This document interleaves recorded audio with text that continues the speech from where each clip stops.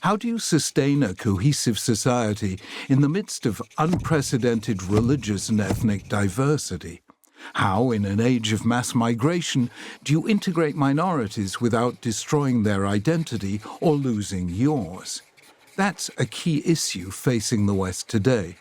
So let's look at how societies have dealt with it in the past and where they went wrong. The first was the way Britain and other European countries did it in the 19th century. I call it the country house model. Imagine 100 immigrants turn up in the English countryside at the gate of an enormous country house. The owner of the house, an aristocrat, greets the new arrivals with a warm and welcoming smile. "How good to see you," he says. "There are 100 of you. I have at least 100 spare rooms. Please come and stay for as long as you like." He couldn't be more hospitable. The only trouble is, he's the host, and you're just a guest. It's his home, not yours.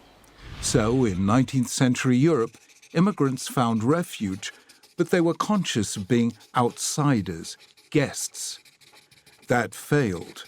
Not in England, but in Germany, Austria, France, and other European countries who decided, one way or another, that they really didn't want the Jewish guests anymore. That's how the Holocaust happened with so little protest from the general population.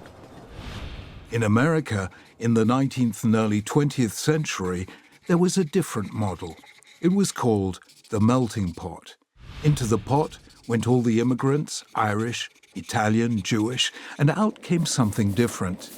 They'd all become Americans. At least, that was the theory.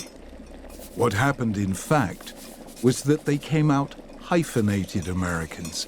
Irish American, Italian American, Jewish American.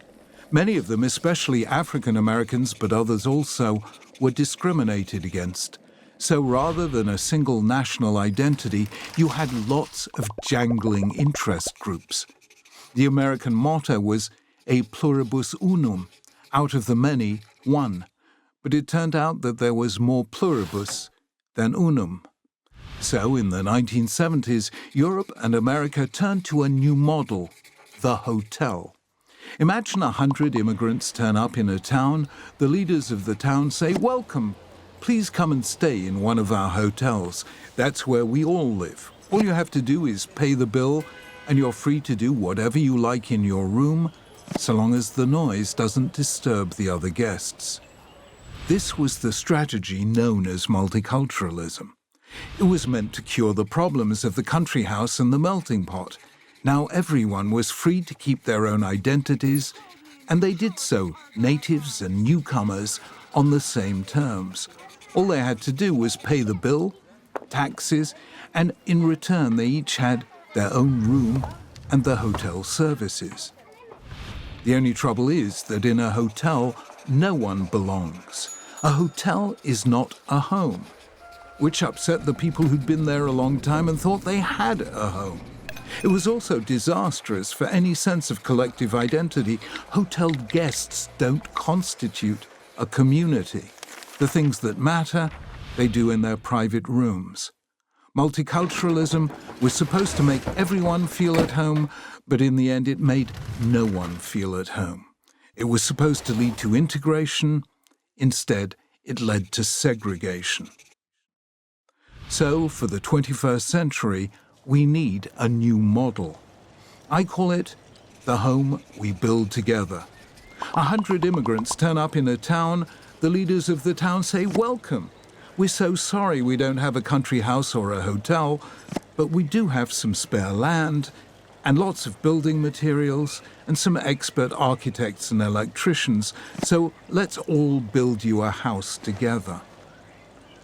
The natives and newcomers work together, side by side. And in the course of building, the newcomers learn the ways of the natives, and the natives benefit from the skills of the newcomers.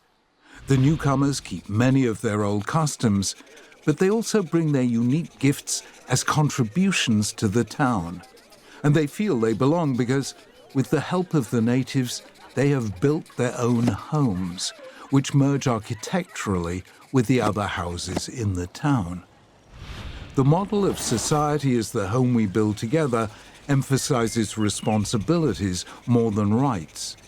It values differences because they're not used to keep us apart, but rather they mean we each have something different and special to give to the common good. The town grows because of all the new food and music and fashions the newcomers bring to the town square, and the natives still feel at home because the newcomers respect their way of doing things. That is integrated diversity. It's so much better than the country house, the melting pot, and the hotel, because building leads to belonging. When we build, we bond. Society is the home we build together.